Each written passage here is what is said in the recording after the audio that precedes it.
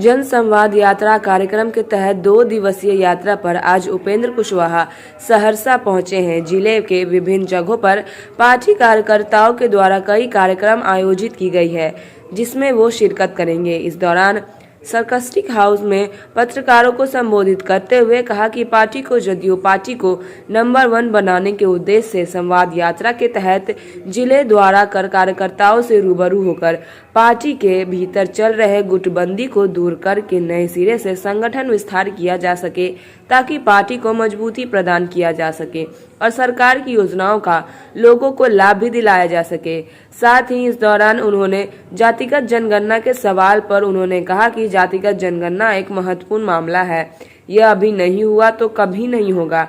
इस मामले को लेकर भी पॉलिटेक्निक पार्टी को मुख्यमंत्री नीतीश कुमार के नेतृत्व में प्रधानमंत्री से मुलाकात कर जातिगत जनगणना मामले से अवगत कराया गया है।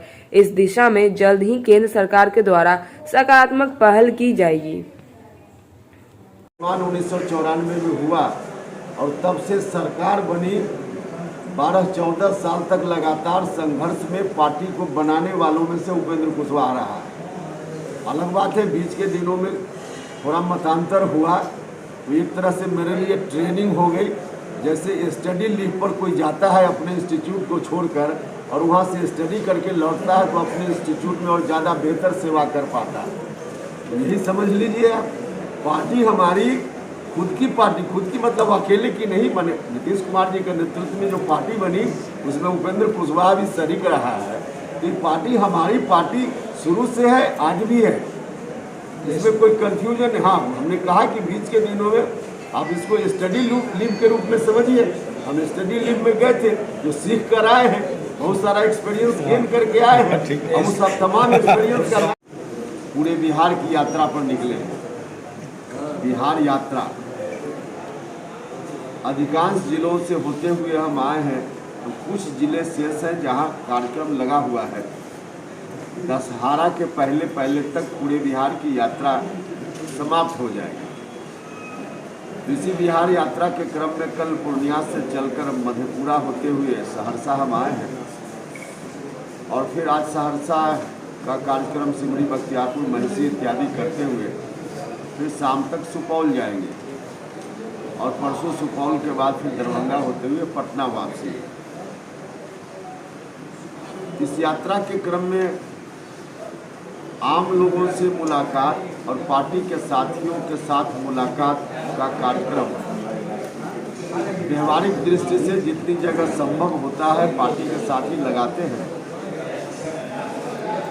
इस जिला में भी हम आए हैं तो कल भी कुछ जगह कोरोना से जो प्रभावित पीड़ित परिवार है, जिस परिवार में किसी की मौत हो गई कोरोना के चलते या फिर अन्य प्राकृतिक कारणों से पार्टी हमारे बीच से चला गया, तो उस तरह के परिवार से भी मिलने का कार्यक्रम है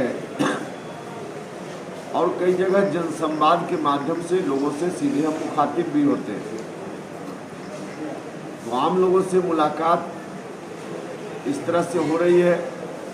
समाज की अंतिम पंक्ति में जो कहा जाता है कि खरा व्यक्ति, वहाँ तक जाने की कोशिश है इस यात्रा के माध्यम से और माननीय मुख्यमंत्री जी के संदेश को वहाँ तक पहुँचाना इस यात्रा का मकसद है और उनकी ओर से कोई फीडबैक मिले जो सरकार के लिए ज़रूरी है तो उसको सरकार तक फिर वापस होने के बाद पहुँचाना।